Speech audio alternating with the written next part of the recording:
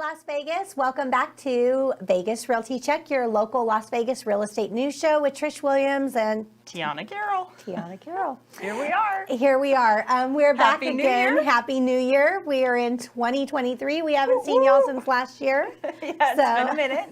It's been a minute. But we're back. We didn't go anywhere. So opening up this year, we have some great show topics, tutorials, things like that we're going to be bringing to you this year. So. A lot of exciting stuff coming through the pipelines on how we've scheduled out the show for the next year. So we're excited about that, and we're able to help you guys with all of your real estate questions and your news. And if you find value in that, make sure you like, share, and subscribe to our channel, both on YouTube or wherever you find your podcasts from. And we will keep you informed not only of the Vegas market and housing trends that are going on, but we will also have segments throughout the year, first-time home buyers, what it's like to sell houses, so many things that'll be coming up this year. So make sure you join us. Make sure you like, share, and subscribe so you get all that information. And we're starting off the new year with our segment on getting a new home, first-time home buyer tips. New year, new home. New year, new home. I love it. Before we get into that, we are going to do our numbers, because I think that is one of the best ways that we get to educate people out there, is talking about what the market is doing and what those numbers look like. Absolutely. And not only is it educating people out there, doing the numbers every week is definitely education for myself. When people are talking to me about what's going on with the market, or they're watching, I watched the news yesterday, so I was. Oh yeah. Dun, dun, dun. How did that go? Well, yeah, it's like, oh, we're going into a deep recession and all of this stuff. Again, the news is saying that, and I'm like, but the numbers aren't showing that we're dropping any further. Actually, this week, and I spoke with a couple people because I made some phone calls after I watched the news, and I'm like, am I the only person that got really busy in this last week? So I made some phone calls, and some other people were like, yeah, we had a huge uptick in activity this week. I was out showing houses, and 6 homes, 5 of them are in contract. Whoa. I'm like, are all these homes just amazing, or is this an indicator that we have more activity? And I think it's definitely an indicator that we're getting more activity. I think you're right. I think that Vegas has always been its own petri dish when it comes to Vegas real estate, right? We're one of those places that's the first to climb up high. We drop down low. It's always a little bit different here than other places, so we get sort of that extreme market. So we're always in the news and catching headlines. But I think in reality, we're pretty damn stable. Can I say damn? We're saying damn. We're pretty damn stable in reality. Well, don't give me that option, Trish. Come on, man. Let's do it. So, but when the market started to shift, it was swift and efficient when it happened. We're like, oh, market's going to adjust, let's adjust. We adjusted quickly. Everybody was on board. We did price reductions. It kind of slowed down when they started pumping the brakes on that interest rate. And then we sort of kind of evened out. And in true typical fashion, we had all of the same indicators through the holidays that we see typically each year. And then we are seeing people coming out of the woodworks, filling out loan applications, touching their toe in the water, going, oh, so I think we're going to buy a house this year. What do you think? Can you help? Or any of those things. And those are all great indicators, because that's how we judge what our business is doing, right? And so those are all great indicators that there's still going to be real estate that happens in Vegas. Believe it or not, whether the news says we're doing it or not, we are doing it. And I do think I said this before, and I really do feel good about this statement, is that we started first before a lot of the otother cities across the country. It was fast and swift here. Yeah, and we kind of already went through what everybody else is going to be going through, because I would call this last quarter a deep recession in housing for us, right? So are those made up words? Deep recession, shallow recession, that's what, house recession. That's what the news is calling everything now. All so right. Deep recession.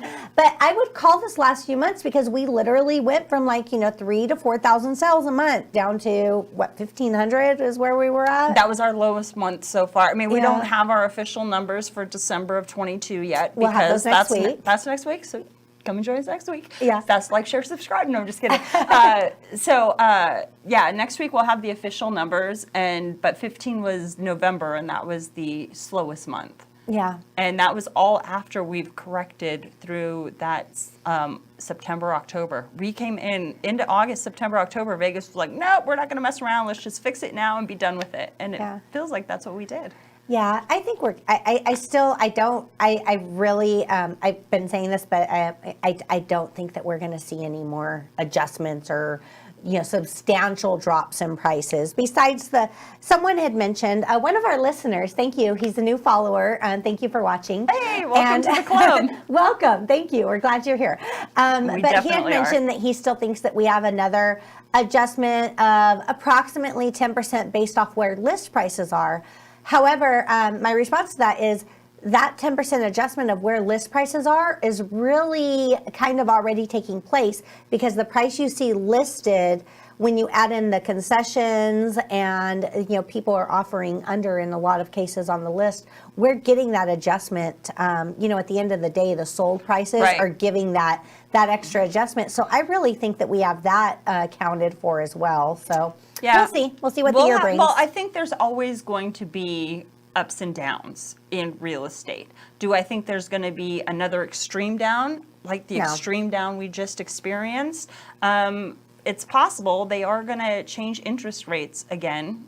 They've already said it. We have the beginning of February, end of March. Both of those days are on the calendar to keep an eye on that. So that is going to affect buyers. I think now that sellers are wrapping their head around that they're not going to get big inflated prices, come spring, they'll start to come out of the woodworks and there'll be some inventory. Do I think it's going to be a lot of inventory? Hell no. No. But we are going to, we've got to see some down payment assistance programs this year. We have to see them. Yeah. They're coming back and they're having different guidelines, different programs. Yeah, they usually come around spring. So I'm expecting something to come out. And we, rates, I've been hearing that they could hit 9 by the end of this year. I hope not. But if that does, they're going to come down again. They will not stay high forever. And I actually found an interesting article about that we'll talk about today once we get into news. Okay. Well, in that case, let's get to our numbers so we can get into our news, because I want to hear about an interesting article. Okay, great. So for our news, our single-family residences that we have on the market right now, 6,097. Okay, so a little lower than when we were playing in the 7,500 range, but we came to about 6,000, and that's where we've been for the past 4 or 5 weeks now. Well, not even that long. Few weeks, yeah. I mean, the holidays felt like forever.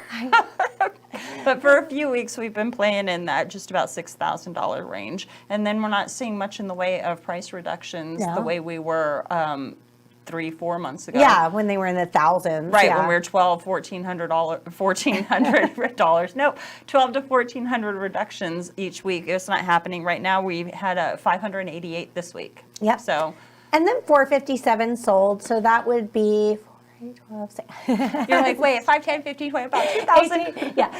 So that'd be about 1,800, a little under 2,000 sales a month. Right. Which, if it gets there, if that's the numbers that we project, if that's what we report next week, then that's up from our November numbers, which shows that uptick in December business that we saw, which means January should be pretty good, because and then once we start getting it in February, mid-February, people start doing taxes. They're thinking about spring. It's all like, let's buy a house. And I'm like, call me. Right. I think we're doing good. I really think that we're coming out of this. I think it's playing out the way that I was hoping that it would. We had, a few months of slowdown, and I think it's going to be okay. Some people say it's going to get worse. Maybe it will. I'm on the other side where I think the numbers are showing that it's going to do okay. The numbers are improving. Yeah. Well, I like your optimism. I too have heard the doomsday. It's going to crash. It's going to crash. Usually they're from people who want it to crash so they can buy. Right. And that's I can't buy right now because I'm waiting for the market to crash. I'm like, oh, so you're going to wait yourself out of the market. Okay, those are your bad choices. There were no FHA loans when the market crashed last time. Remember that, people. Like, No, seriously, I'm not joking. That is a thing that people are not remembering is it was so hard to get a loan, and you couldn't get a loan without 20% during the last crash. So why are people asking or hoping for this crash? Because they still won't be able to buy unless they have the cash saved. Right. And some people do, so it depends. But I was talking to someone about this last night when I was, making phone calls like, hey, how's business doing? I'm doing my own research, right? Okay. So, I was talking to someone about this. It's like most of the people that are saying be careful where you're getting your real estate advice from. Just get it here and you'll be good. Yeah. Well, it's not, it doesn't have to be just here, but be very cautious about that, because a lot of times you get advice from people about real estate that have never owned homes. And I hear a lot I'll be sitting down with someone and talking to them about real estate, and they're a renter, and they're telling me all the reasons why it's the worst time to buy, yet they've never owned a home. So I've probably repeated this a few times, but it's kind of like my go-to there is like, go talk to your grandparents. Do your grandparents own a home? Go talk to your grandparents and ask them if buying that home was a bad idea. In the long term, it's absolutely not. Right. Well, I think one of the things that have been circling around through fall and winter is affordability, right? Because it all is hand in hand with the recession and, we have this inflation and our home's affordable. Mm-hmm. And the affordability is scaring people off. But in reality, if you don't come into the market, you're never going to see those benefits. And yes, people who have had their homes for 10, 20, 30 years, they're able to leverage that equity in their home, whether they need to HELOC for home improvement, whether they're buying an investment property, they're paying for college for their kid, like whatever. You can't do that if you're renting. So I think that leads us right into our actual show today, which will be New Year, New Home. Let's talk about what buying a home looks like for that first-time home buyer and the benefits that having that home can give them, not only the security of not having people raise your rent and knowing that you have that pride of ownership, but gaining that appreciation, those tax breaks, what that looks like for you in the long run, and how to actually get into a house. Because if you've never done it, it seems like such a daunting task. Right. And buyers right now, their main concern is like rates. Are rates too high to buy? Should I not be buying because rates are so high? And, all of this. We get it. We hear it. And we're the broken record, right? Right. Buy now, refinance. Buy now, refinance. Buy now, refinance. Rates are high. That means prices are low. Now, rates are high. Let's talk about that for a second, because this is the interesting article I was talking about. In the 80s, 1981 specifically, rates, I wish I didn't remember that. Rates went from 7% to 10%. In the 70s, it was, from the 70s to 1981, in 1981, rates were 19%. I was going to say everybody goes back to the Reagan administration, and we had 18% interest at that time. Houses were also a lot less expensive at that time, and that's what I was talking about affordability. Right. Houses were less because rates, with high rates, prices will come down. Yet home prices dropped by 50%, which our home prices have dropped, or not home prices, home sales have dropped by 50%, which our home sales have dropped by 50% due to the rate change since last year. And that didn't stop people. Yes, it had a lot less people buying, but there still were people buying. They said that's when the trend came out for the dual primary bedrooms that were in homes, because people started buying homes to share them, where one person would live on one side of the home and one person would live in the other. And that's why in those 1980s homes, you see that trend of the dual primary bedrooms, where that went away for a while. It was because that was the trend of home buyers at the time. So people still, even despite 19% rates, now when you guys are complaining about 7% rates, think about 19%. People were still finding ways to own a home, because home ownership is still a great idea. Still a great idea, still a great investment. And has there ever been a time in history where people weren't buying and selling homes? I don't think It's so. never happened where the Yeah. market has just stopped. Well, I mean, I wasn't around for the Depression, so maybe then. I don't Maybe know. then, yes. But that is beyond my scope. But in my lifetime, there has always been, even the biggest crash that we've ever seen, and real estate, the investors came in, there was business happening, things were still working. Those were the great deals. Does everybody wish they could go back to 2008 and buy homes? Yeah. Yeah, please. Yeah, Please, me I'll too. take a dozen. Me Thanks. too. Yep.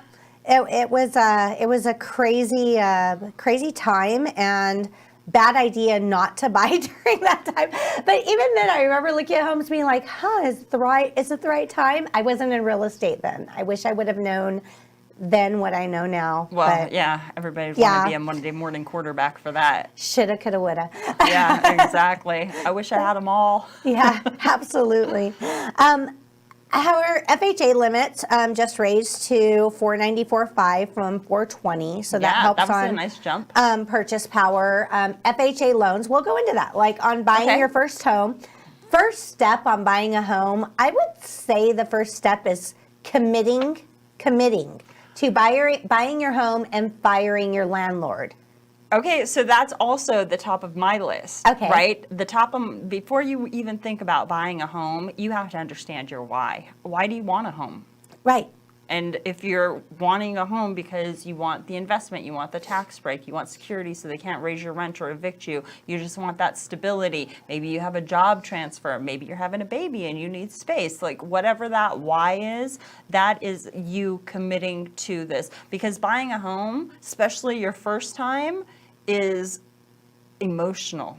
And it's daunting, and there's so many people in your business. Nobody likes to talk about their money anyway, and every time we're like, so what's this mean? What's that? Or how many times have you gotten somebody turn in a bank statement to a lender and they've left page 3 out? And you're like, no, we need the complete statement, thank you. Right. So, but they're like holding their information and they're scared and they don't know what to do. So let's walk everybody through buying a home. Once you've committed, new home, new year, you're going to buy a home for whatever your why is. And people are going to tell you it's not the right time. People are going to tell you you shouldn't do this right now. Again, I bought a condo a couple months ago, and even the realtor, is another state, but even the realtor was like, hey, maybe you should wait this out. You know what? I've had an alert on that whole area of where I wanted to be I have at. no doubt. And because that's You're the me. alert. She's the alert queen if you don't know I'm the Trish. alert queen. You get alerts on everything. She's like, this is happening, that's happening. Have alert. There's a notification. Did you know? This is what's going on. I get 1,000 notifications every day. But, Yes. But yes, I have an alert on the area because I just wanted to see, if there's going to be something better that came up. If I did if I did make a bad decision, no. I literally got the best price of where I wanted to be at. And it's been a couple months, and I still feel good about it. So Yeah. it is what it is what it is. People are going to tell you different. You need to go with what you feel. Once you commit to the process, you are in it, and you need to be committed in it. The best time to buy is always 5 years ago. It's Right. always I should have did this or I should have did that. But the more you wait, the more you're going to look back saying I should have did it then. You should do it now, because every month when you pay rent, you're throwing it away. Yeah, I agree. I think there's no time like the present, and there's always going to be factors, right? For people who bought in the spring, they were paying over appraised value. For people who are buying right now, they're paying that 7% interest rate. If you bought in the 80s, you had 18% interest rate. Okay, there's always going to be whatever the circumstance is that we're dealing with at that moment. Absolutely. But buying the house is always going to benefit you. How many people do you think, and I'm sure there's people out there that were shopping for homes in the 80s and their friends or family said, don't buy now. It's a horrible time to buy. Rates are too high. And they stayed in the rental and they stayed in the rental. And I'm sure there's people that are still in the rental today. Yeah, perpetual renters, man. Somebody needs to help them. Yeah. So there's always going to be people that tell you it's not the right time. So once you commit to buying that home, you're in it. You need to be committed to making this, firing your landlord, going forward with the purchase. Next step is getting pre-approved. Now, we aren't saying that because we love running your credit. I don't run your credit. The lender's going to do it. But there's like this misconception that like, just there's some reason why we just want to touch people's credit. No. Get pre-approved. You need to know the payment. You need to know what's the amount of the house you're shopping for, because if not, you are doing this whole thing backwards. How many times have you heard like, well, let's just go look at houses and if I like it, I'll talk to a lender. And then you get so sad. What? That is the craziest backwards, backash stuff I ever heard. Say back ass. Okay, Go ahead. I almost said worse than that. Yeah. That is ridiculous. Yes. Let's go see if we find a house and then we'll see if we can buy it. No. Absolutely, when you're buying a house, you need to know what your buying power is, and you need a lender that knows that they can finance you, that when we go to write offers can run taxes and HOAs and talk to you about your payment and know what your costs are. Everybody's so afraid to go buy a house because of the cost. They don't want to look in the face and they don't want to look in the lender, and that fear keeps them away from a very important step into taking to get the home for the first time. Absolutely. You have to know what you're getting into. Yep. You have to know the payment. got You all don't riled want up. that to be a surprise when you're out shopping. Yeah, no, you need to absolutely know what your buying power is. Yes. And in order to do that, you have to talk to your lender. And when you talk to a lender, some people, there's different lenders, right? You can get your broker, you can go to your bank or your credit union. There's online lenders that you can fill out a 15-minute application online. Now, there's a difference between the pre-qual and the pre-approval letter, and I'm sure we're going to talk about that a bit. But you want to get that ball rolling because you have to. Money is the most important thing for a first-time home buyer when it comes to buying the house. You're going to need to know what your closing costs are, your down payment, what your payments are going to look like. None of that happens until we talk to a lender, and we need that pre-approval to even write an offer. Absolutely. We can't go shopping and be like, oh my God, I love this house, I want it. I'll be like, well, we can't write an offer. My buyer says they're fine. Don't worry about it. Yeah.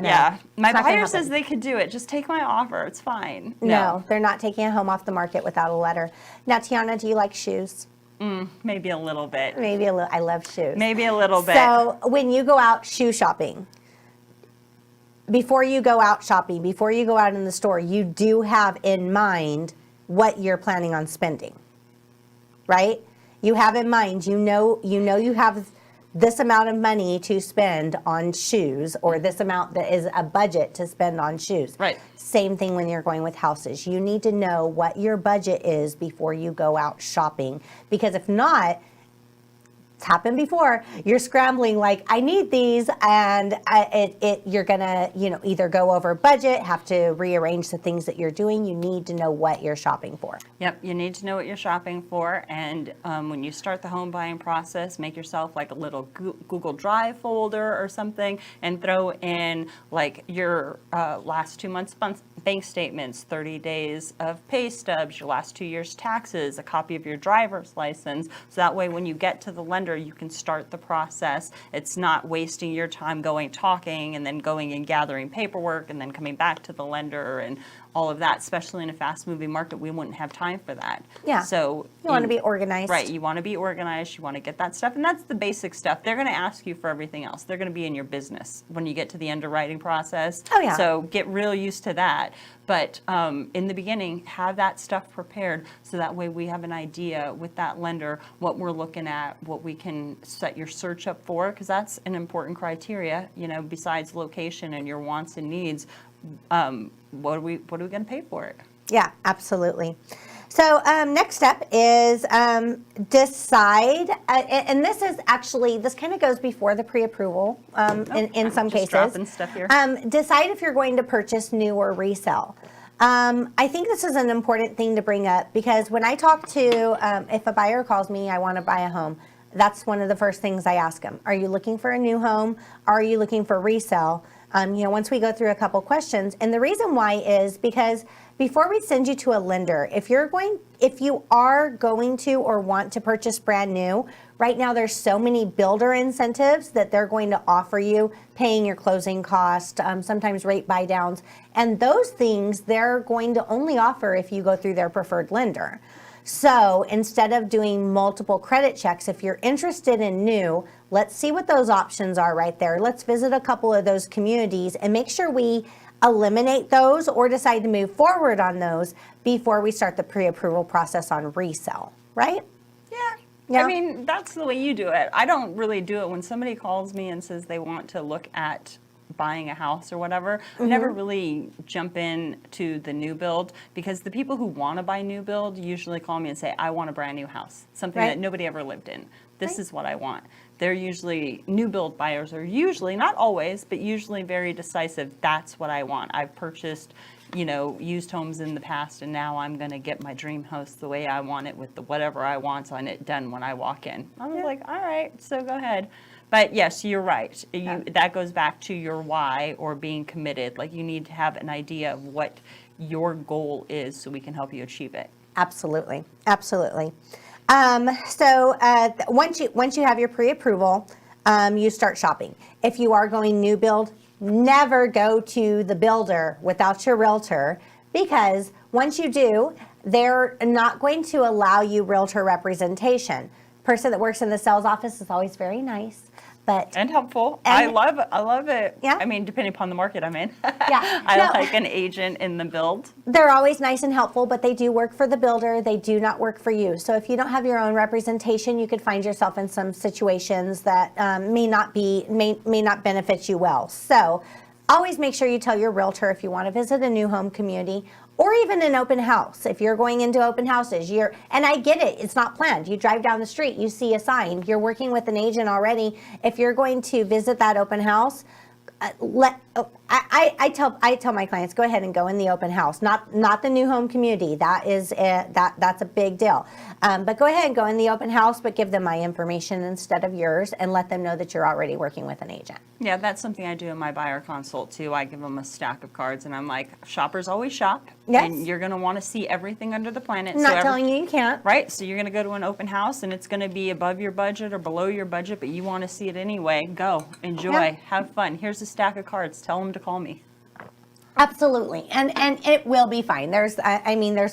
I guess there's realtors out there that might say, like, no, you can't come in this open house. Well, okay, well, that is what it is. I've never, ever come I've across heard that. Even realtors holding open houses, yes, they're there to capture leads, but they are very respectful of people, other agents, and their clients. And if somebody walks into an open house and they've got their agent's card with them to hand me and say, I have representation, I'd like to see this house, they are going to be okay with that. Absolutely. Yeah. Absolutely. Determine your area. I think it's very important. Vegas is a huge city. A little bit. There's It's so getting much bigger to by the choose minute. from. Now that we have inventory, you have so many homes to choose from. This wasn't the case last year. It was like, hey, whatever home has a roof is going to work. Yeah, it's a house. I'll take it. Yeah, but now there's so many choices, and it can be daunting. So choose where you're going to live. Where do you want to live? General area. Choose. Okay, so this is something that drives me a little bit nuts, Okay. right? Because if you go through like the Mike and Tom Ferry programs or whatever, which are real estate coaching and training or whatever, Yeah. and they'll be like, so you want to go to Rainbow, but would you consider going down as far as Jones? And they'd be like, yes or no. Well, what about Decatur? Can you get to Decatur? Maybe. What about Valley View? Oh no, Valley View is too far. Okay. I don't put any of those restrictions, right? Like I set up a portal and I let them know the general area or whatever, but I always search outside of the area and like prices. And a lot of times I just search for prices when I'm doing my own search, and they're like, send me a little. Start with the price. Yeah, that's where I start. And I'm just like, listen, for $600,000, this is what you can get all over the valley. Are you familiar with the valley? No, go drive around it. Go to grocery stores in the area and decide. So, okay, that all comes down to the why. I put all of that in the beginning. Right. Like, where's your location? How many bedrooms you need? Is there a school district? All that. I don't worry about that. I think our strengths as realtors come in the negotiations and the keeping the deal together and keeping the client on track with this is the goal. Absolutely. My next item there was start with a general search, which is broad, and narrow it down. Yeah, no, I start with the general because how many times have somebody said, I need to be in 89149, but then they end up buying in 89129. And you're like, oh, it's just 2 streets over, but it's fine. So I don't get, unless it's, a specific school district or something specific to work, but I only want to be 15 minutes away from work. That's the whole radius. That gives you more location than you think. And it goes back to the consultation of talking to the clients about that when we meet with them. So if someone tells me they want to live in Green Valley, and I say, okay, Green Valley, that's great. Is Henderson okay? You know, is it okay to go outside of Green Valley? Oh, yeah, that's fine. Is Northwest okay? Oh, absolutely not. But sometimes people are like, maybe. You know what's over there. So it's really that initial I've had people consultation. start out in Sky Canyon and ended up buying in Cadence. It's been like, okay, complete opposite side of town. So all of that stuff, I don't really worry about. It's not my job to find their home, right? It's my job to take them to the home. It's my job to let them know what their options are. It's my job to advise them on what I think we should be making offers at, to negotiate that contract, to facilitate the deal. But I can't tell you if the light is good. I can't tell you if the school district's good, if it's a safe area. Those are decisions that you have to make. So a good rule of thumb there is when we set up the search or the alert or the criteria in the MLS, I think there should be at minimum around, right now with the way we have inventory, I'd say at minimum around 50 homes to choose from the search. Right. If you're not seeing what you like, let's open and broaden. But you don't want to get alerts or searches that have 300 or 500 homes, because that's too general.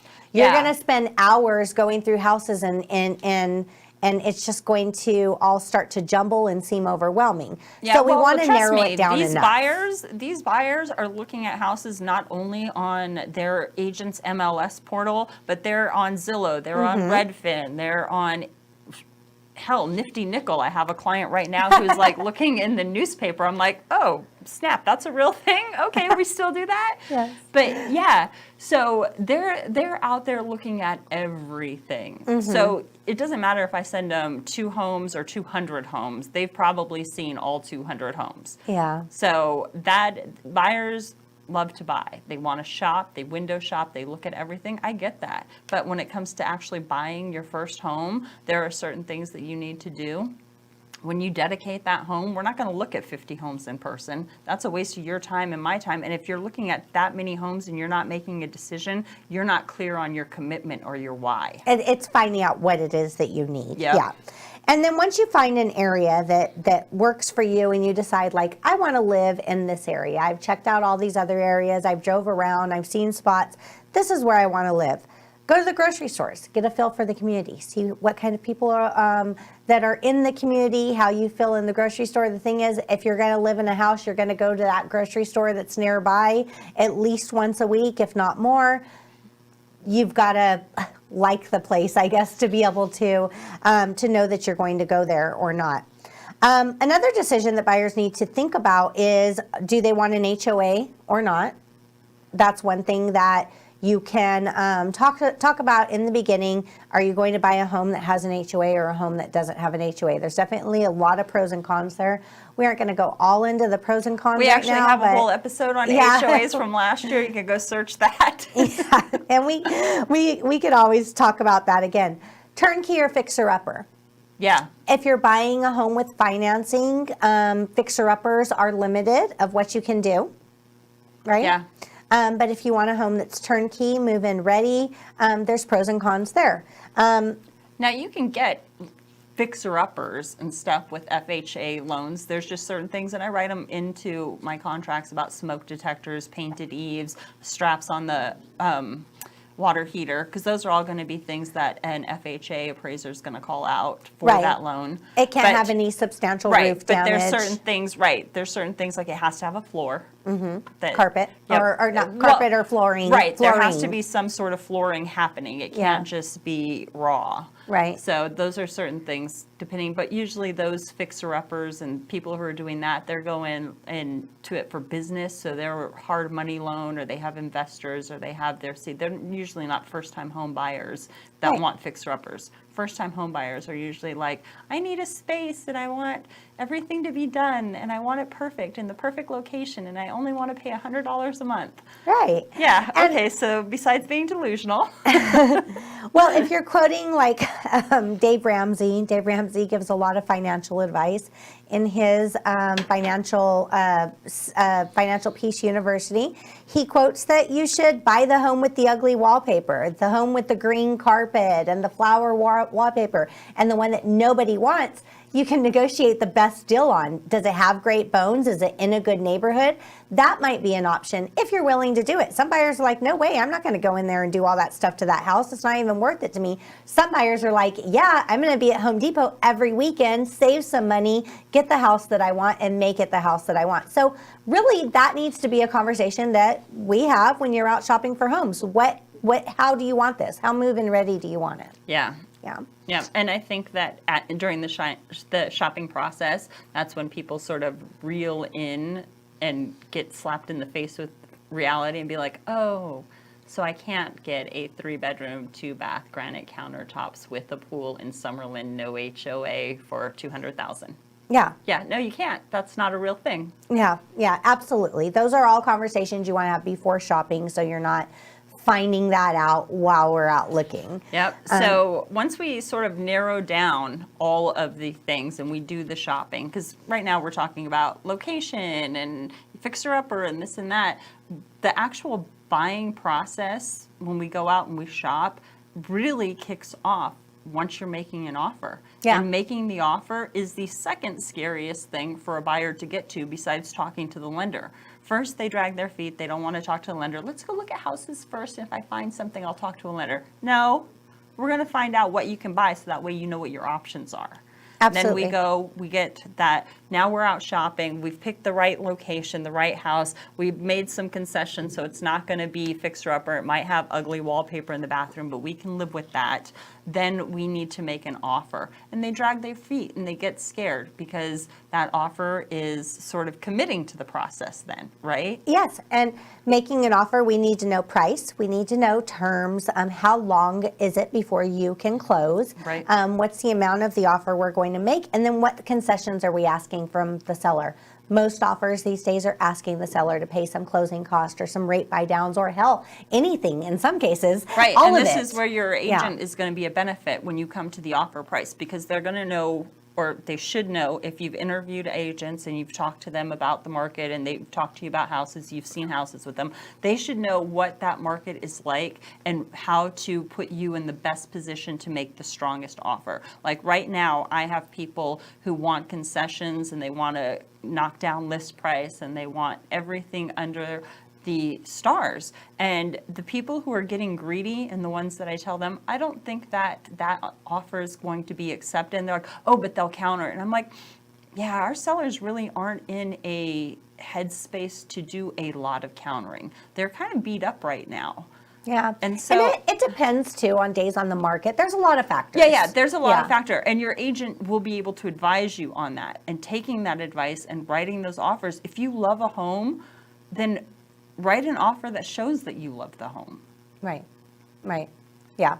And again, those are, like days on the market, things like that. Those are all things for review, comps in the neighborhood. Oh, yeah. There's a lot of factors when writing an offer, and that's why you have a real estate agent that can, discuss those with you. Even direct competition. If you have a model match or a home in the neighborhood that is comparable and that's been sitting for 3 months and you just got this new house that came on the market and everybody went to go see it because it's new, but you're comparing it to the other one. It's like really apples for apples, and this one's a better price. Why are we fooling around with this one when we can get that one? Yeah. And sometimes, sometimes it's emotional things that can get in the way there. And then finally, we talk about the closing dates, and it'll be the dates that we have the keys. And there's so many more things to this process. I was going to say, this is a 30-minute show, so we've already went over our time. We're generalizing this. Yeah. But one more thing I wanted to talk about before the end of the show is lease agreements. I'm sure you always have people asking you about their lease agreements, and maybe the time that they're buying a home could be a couple months before their lease agreement's up, and they'll ask us what are their options there. Well, it really depends on what's in your lease, right? And what your agreement with that property management or that landlord is. However, I always tell people, reach out and talk to them. Because sometimes Again, you'll it's fear. see, yeah. They don't want to talk to a lender. They don't want to write an offer. They don't want to talk to the landlord. Like, you have to get all of your ducks in a row. Find out from them. Maybe there's a lease buyout. Maybe if this process takes longer, because in spring, the process was taking longer. People are coming to me with 2 months left on their lease, and it was taking 3 to 4 months to get in a house. I'm like, so you're going to go over. You need to talk to your landlord or management company and say, can I do a month to month? If I am doing a month to month, how much extra each month is that concession going to cost me to be on month to month versus that lease? Do you have to go into some sort of temporary housing? You need to know, and some people don't want to look it in the mirror. Right. Look at it in the face. They're afraid of it. Right, and absolutely, and that is also there is in most cases, and this is I've found this to be true in almost all cases. If your lease is up in April and you leave in February, and in March they rent it out to a new tenant, they're not going to charge you for the additional months, but you never know if it's going to get rented out right away. Those are all just different factors, but talk to them. Conversations can get you such a long way. And another thing to keep in mind, if you close in February, like if your closing date was February 15th on Valentine's Day, so you got paired up with a new house. That's the 14th, Is it the 14th? Yeah. Okay, never mind. Day after. Anyways, your closing date is on February 15th. Your first mortgage payment is not going to be until April 1st. Yep. So you do have some time in between, which some people find that they're like, oh, that's absolutely doable because it gives me time to transition and I can, I still have my rent payment this month, but then I don't have the mortgage payment starting until the following month. So those are things that are helpful as well. Yeah. I know, Well, we're running out of time and there's so much stuff to cover. Okay, so we have more shows. Don't worry, we're not going anywhere. We're going to be here all year. Yes, yes. So, when you're looking to buy a new home for the first time, you'll want to get a referral from family, friends for your realtor. Have conversations. It doesn't have to be the first person that you meet. Or right? you could call us. You can call us. You can Yes. call me, 702-379-9948. I would be more than willing to help you. Trish would absolutely be willing to help you get into a new home in this new year. How did they get a hold of you real quick? 702-308-2878. Usually it's a short conversation where we go over options, needs, But not on a show. It's not a short everything show. there. It's not a short show. But we'll start with the initial consultation to make sure that we're all lined up and ready to go, and then we take the next steps from there. Yeah, definitely. So I think we're going to have to circle back because we barely broached the buying process for a new buyer. And that process includes a lot of things like getting the realtor, talking to the lender, learning how to make the offers, what those offers consist of, getting your home inspection, getting your appraisal, what costs are going to be out of pocket. So I think we're going to have to circle back around and really talk about this. We'll need to break that up into a few different shows of the entire process. Right, Yeah. because there's a lot going on and you should definitely be educated on what that process looks like if it's your first time, but don't be afraid of it. Make sure that you jump on the ball and get into owning real estate if it's your goal, because it's beneficial in so many ways, which we'll talk about on another show. So make sure you like, share, and subscribe to our channel. And when you're when you're subscribing, when you go in there, you're going to see all of the old shows. So we do have shows that are available we've got content on what happens during a home inspection, what is an appraisal all about. So we do have a lot of things. Just go look back. The titles are pretty self-explanatory. Yep, the titles are self-explanatory. There's lenders in there and there's home inspectors. And then there's going to be more in the next few months coming up on what we're going to talk about for that home buying process. But we don't want to run over. You guys have busy days. We have busy days. And thanks for tuning in this week, you guys. Make sure you join us next week on Vegas Realty Check for all your local Las Vegas real estate news. Thank you. Bye. Bye, guys. Have a good week.